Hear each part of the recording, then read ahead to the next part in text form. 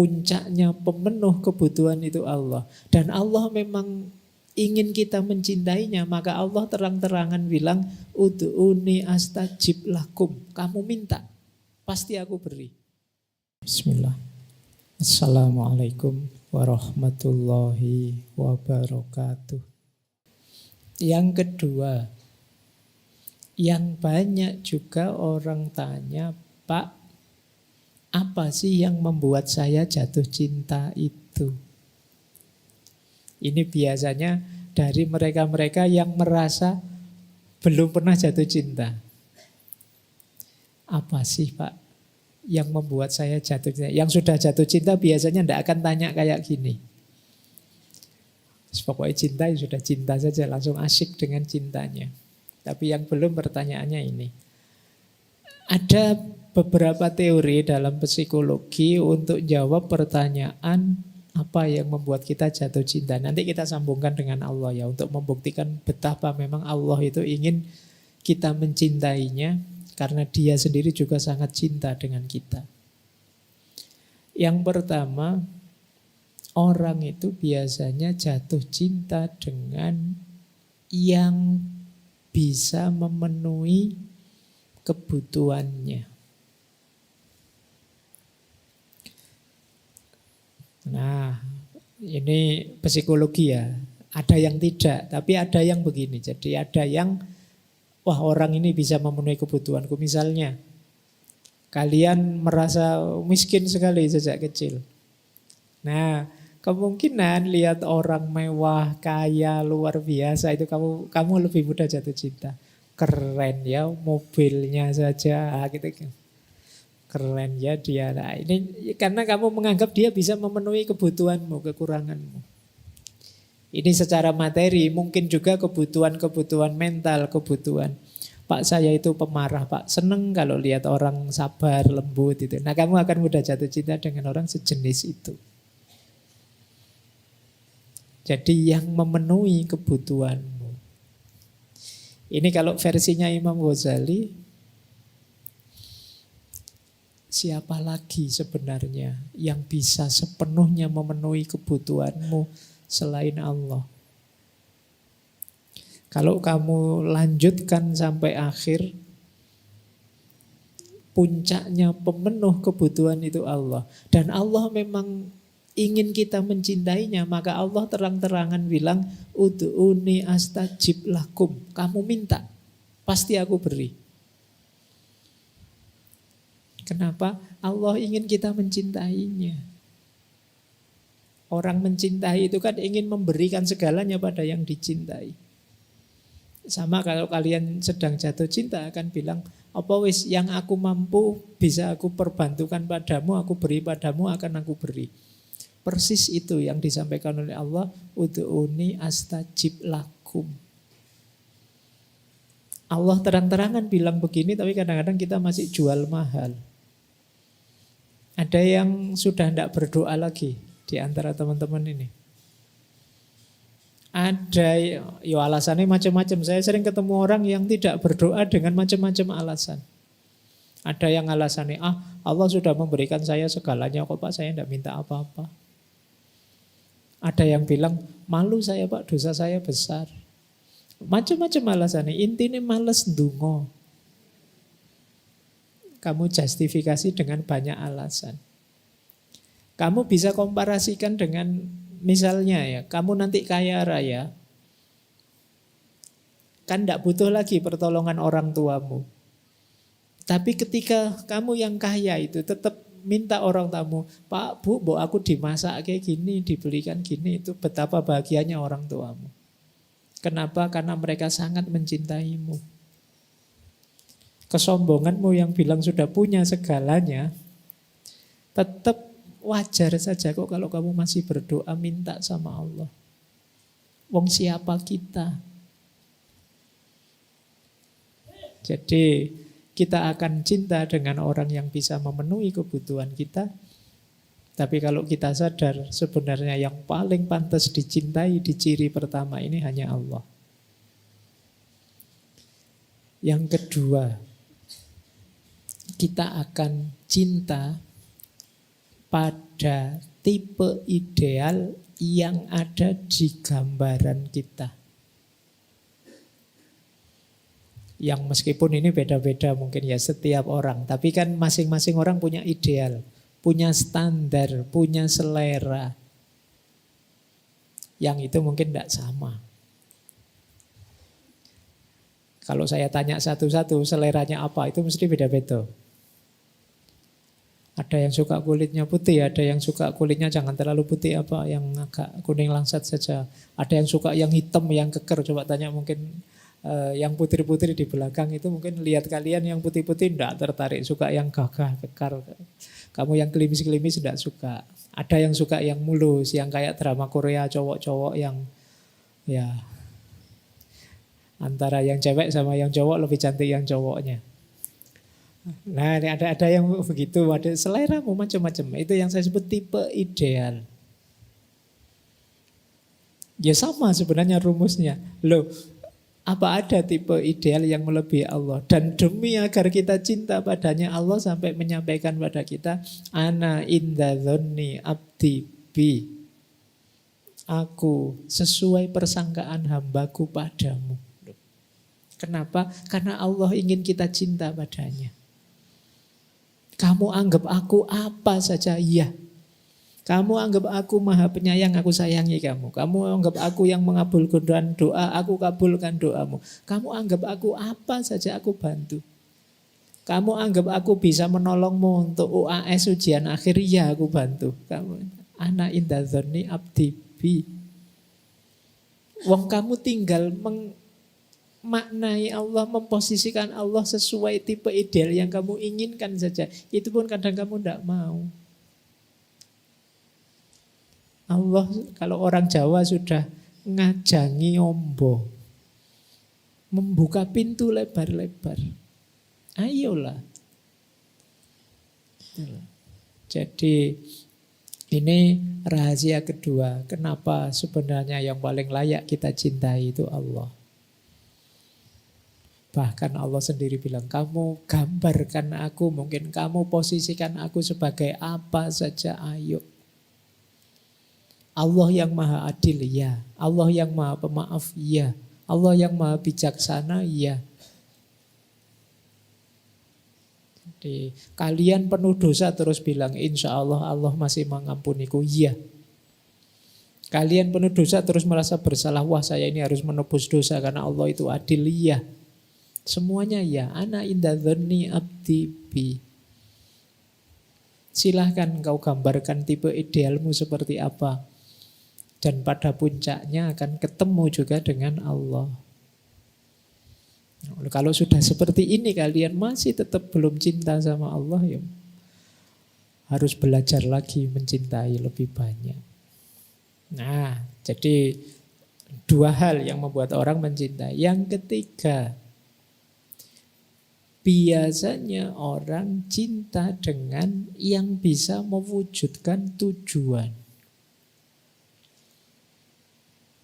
Nah, tujuanmu ingin kaya, ya kamu lebih cenderung milih orang kaya, mewujudkan tujuan. Nah, kalau ini sudah tidak terbantah ya. Jadi kamu mencintai orang yang sekiranya kamu punya tujuan apa, dia bisa memenuhinya. Dan lagi-lagi pada puncaknya ini ketemunya Allah. Makanya dulu pernah saya ceritakan, ada cerita satu ketika ada seorang pemuda mendatangi seorang wali yang dia ini ingin nyufi. Wahai Syekh, angkat aku jadi muridmu, aku ingin bertorekot. Jawabannya wali ini apa? Belum, kamu belum siap bertorekot. Pulanglah dulu, jatuh cintalah dulu. Kenapa? Batinmu belum terlatih mencintai. Sementara jalan untuk dekat, untuk menuju Allah itu jalan cinta. Tidak sekedar jalan perintah dan larangan. Maka pemuda ini disuruh kembali lagi, disuruh mencintai. Ya cerita ini sering ditafsirkan, oh berarti disuruh cari pacar, Pak. Padahal ya pasnya tidak selalu begitu. Ya bisa saja mencintai sesamanya, mencintai orang tuanya, mencintai alam semesta di sekelilingnya, mencintai seluruh manusia dan kemanusiaan. Kalau sudah lembut hatimu, lebih mudah engkau akan dekat pada Allah. Jadi rumusnya di situ sebenarnya. Baik, saya tambah lagi. Masih siapkah? Kelihatannya tambah berat ini. Untuk kalian bisa ketemu cinta. Saya tambah satu materi terakhir, setelah itu kita dialog saja ya. Biar lebih banyak ngobrolnya daripada ceramahnya. Biar kalian tidak ngantuk. Saya tambah satu lagi, jenis cinta yang negatif. Sejak dulu kan selalu penjelasan yang positif-positif. Sekarang ayo kita belajar jenis cinta yang negatif. Hati-hati, ini berhubungan dengan bukan cinta yang anugerah tadi ya. Ini berarti cinta yang amanah. Cara kita menjalankan cinta. Jenis cinta negatif yang pertama adalah cinta yang manipulatif.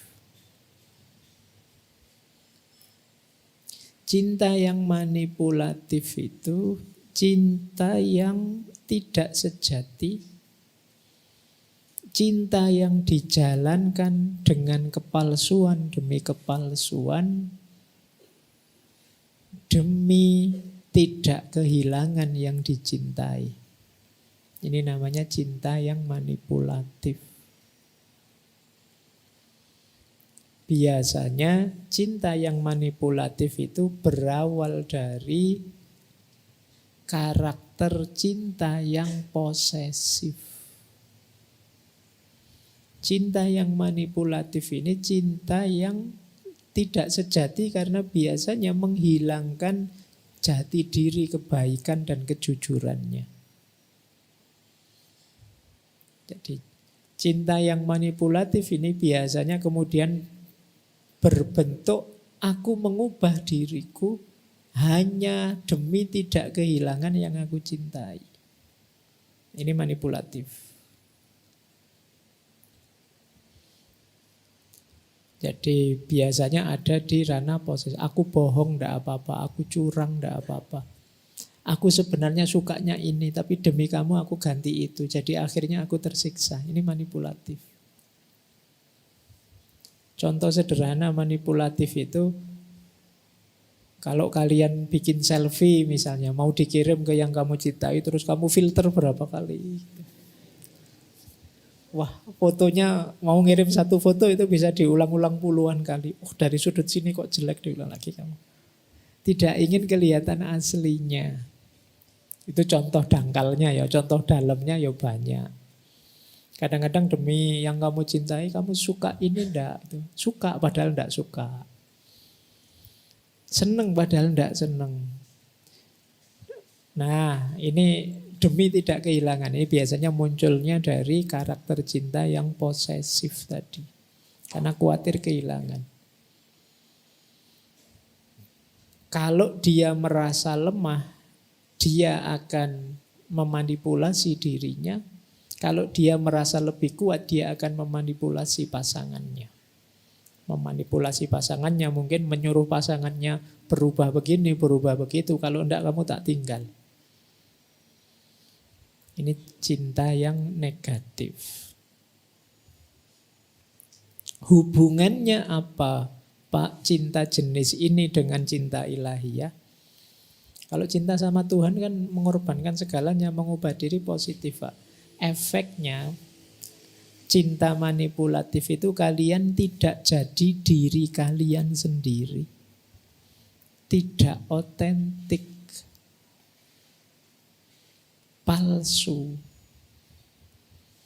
Ada tujuan lain di luar cinta, yaitu kepuasanmu, kenyamananmu.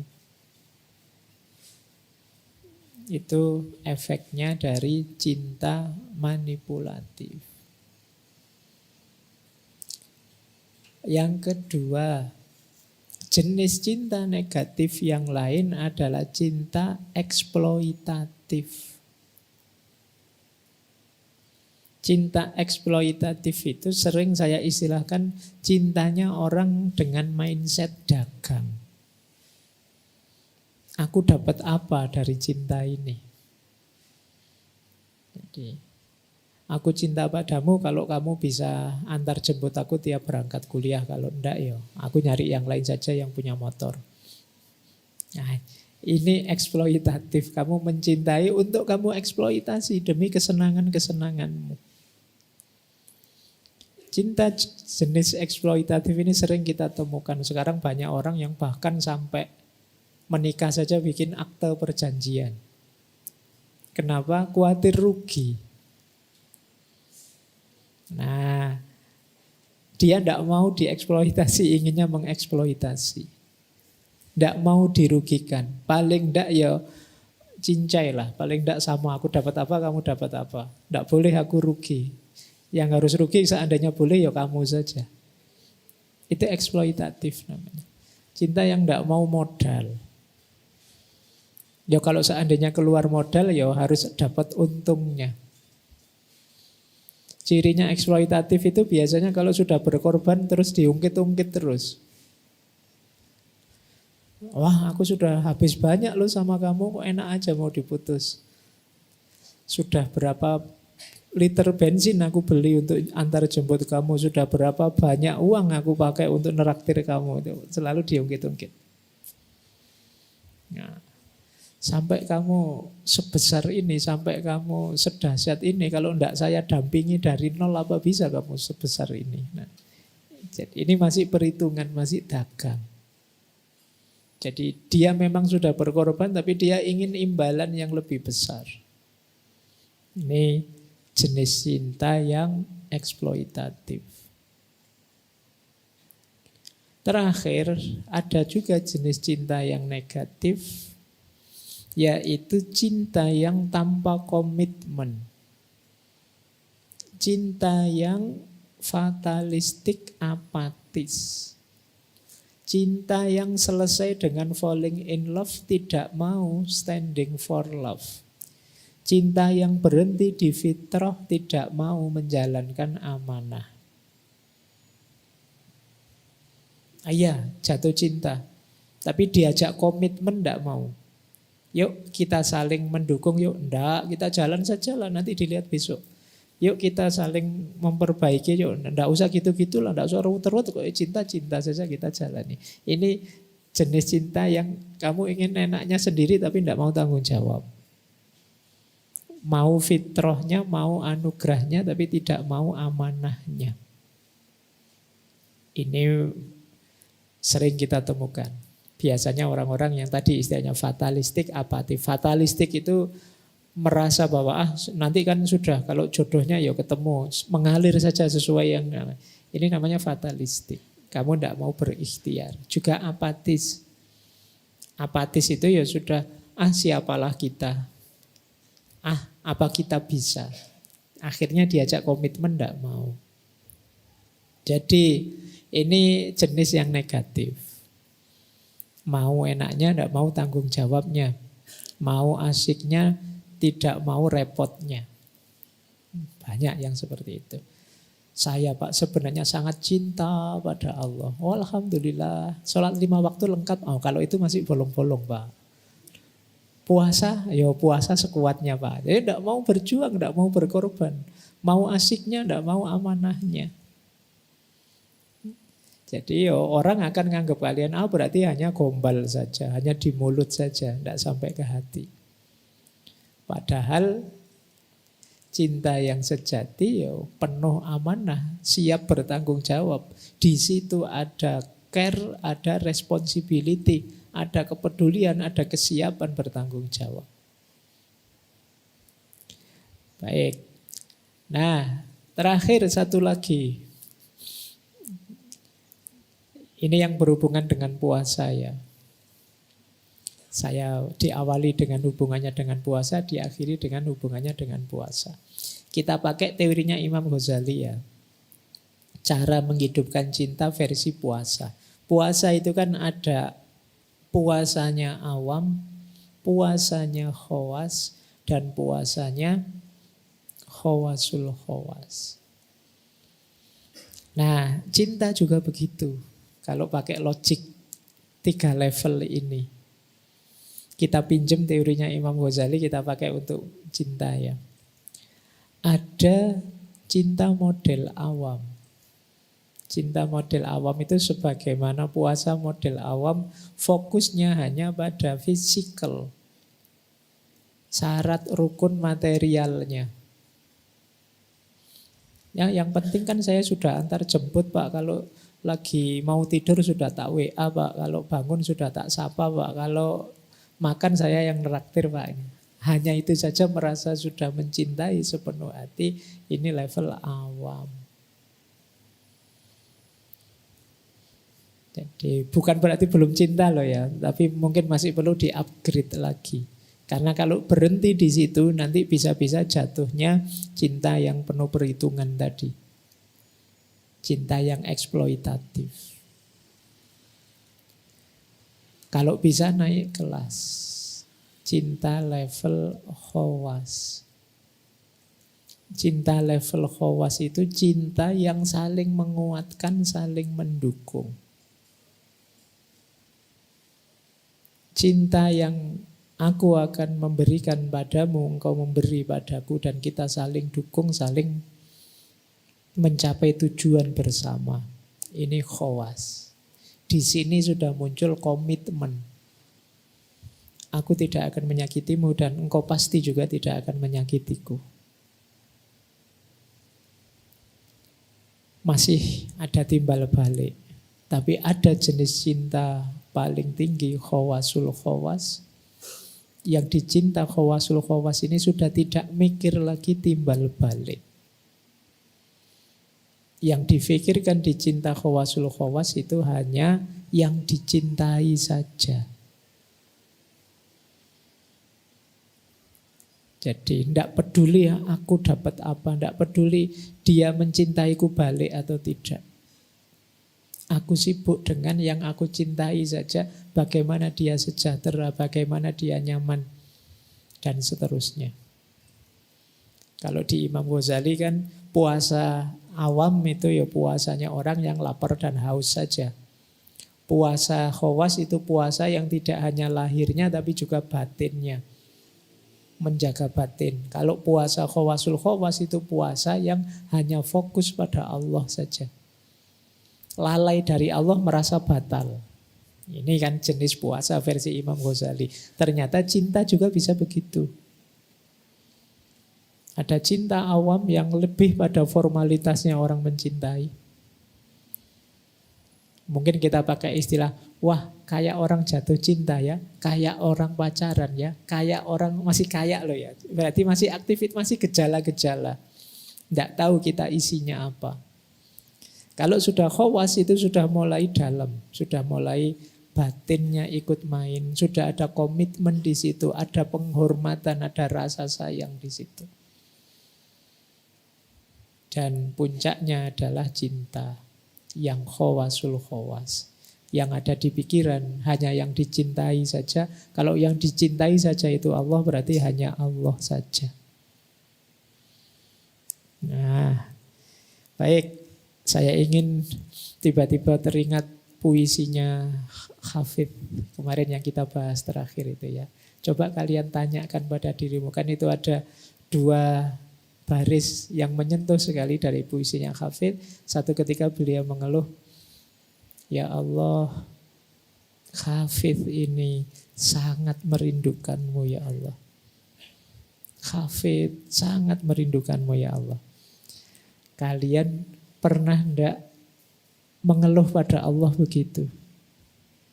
Harusnya ketika kalian melihat apapun gonjang-ganjing dalam hidup ini, ketika kalian mengalami kekecewaan apapun, ketika kalian mengalami kegagalan, ketika kalian mengalami kekalahan, kesulitan apapun, apa kalian tidak rindu pada Allah? Itu yang dirasakan oleh Hafidz sampai beliau bilang, ya Allah, Hafidz merindukanmu. Hafidz merindukanmu. Karena betapa mungkin sekelilingku dunia begitu gelapnya, penuh sesak oleh kebencian demi kebencian. Tindakan-tindakan anti kemanusiaan, pembunuhan, penghancuran, perusakan, kecurangan, dan lain sebagainya. Harusnya sejak kemarin-kemarin kita sudah mengeluh, ya Allah, aku merindukanmu. Kalau kita memang cinta pada Allah. Baik, saya kira itu ya teman-teman, sedikit ngomong ngalur ngidul kita mengantarkan pada buka puasa sore hari ini. Monggo kalau ada yang mau curhat. Kalau sudah ngomong memang berhentinya susah ya. Saya tadi maunya jam 5 sudah 14-15 menit. Tapi tetap tidak usah khawatir, nanti bukanya tetap on time. Tidak akan kita olor-olor gara-gara tanya jawab. Yuk saya kembalikan ke Mas Anjasa. Ya baik, terima kasih kepada Bapak Farudin Faiz yang telah memberikan banyak pandangan-pandangan mengenai cinta dan juga puasa ya tadi. Ada kita dibawa ke barat, ada Eros, kemudian Pilia, serta Agem, dan kita juga dibawa ke timur, ada Khos, Am, dan Khwasul Khwas. Ini begitu luas sekali. Nah, melanjutkan kita nanti sampai jam 17.30.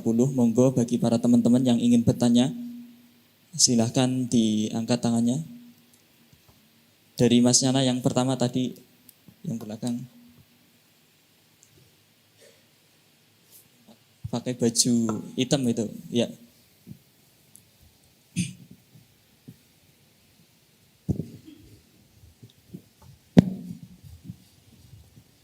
Bismillahirrahmanirrahim. Assalamualaikum warahmatullahi wabarakatuh.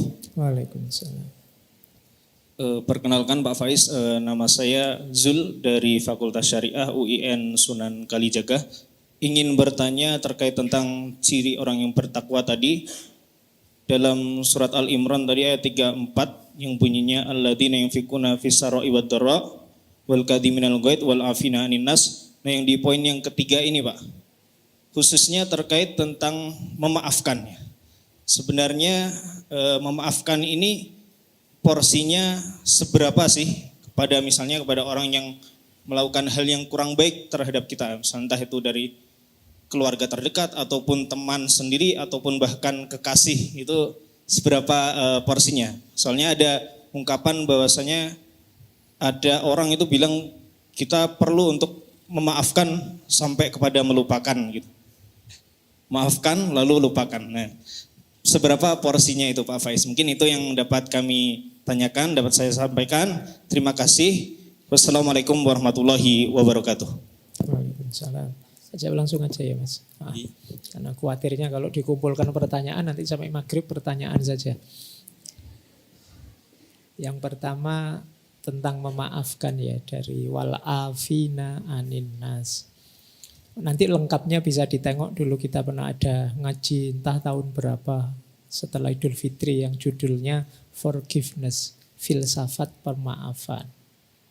Memaafkan itu hakikatnya kita menerima dan memaklumi kesalahan yang sudah terjadi, meskipun tentu saja tetap berniat, berikhtiar untuk memperbaikinya. Jadi itu yang pertama, karena lawannya memaafkan itu tidak memaafkan, bahkan menghukum, menghakimi, dan kita tidak punya wewenang untuk melakukan itu. Yang punya wewenang hakim dan Allah. Jadi untuk kenyamanan kondusivitas diri kita sendiri itu mari kita mudah memaafkan. Pak, apakah memaafkan itu sekaligus melupakan? Ketika kita memaafkan kesalahan, tentu saja ada step berikutnya, yaitu memperbaiki kesalahan itu. Kalau kita lupakan sama sekali, ya kita namanya tidak belajar dari kesalahan itu. kamu saya maafkan, tapi ayo bareng-bareng kita memperbaiki agar kesalahan yang sama tidak terjadi.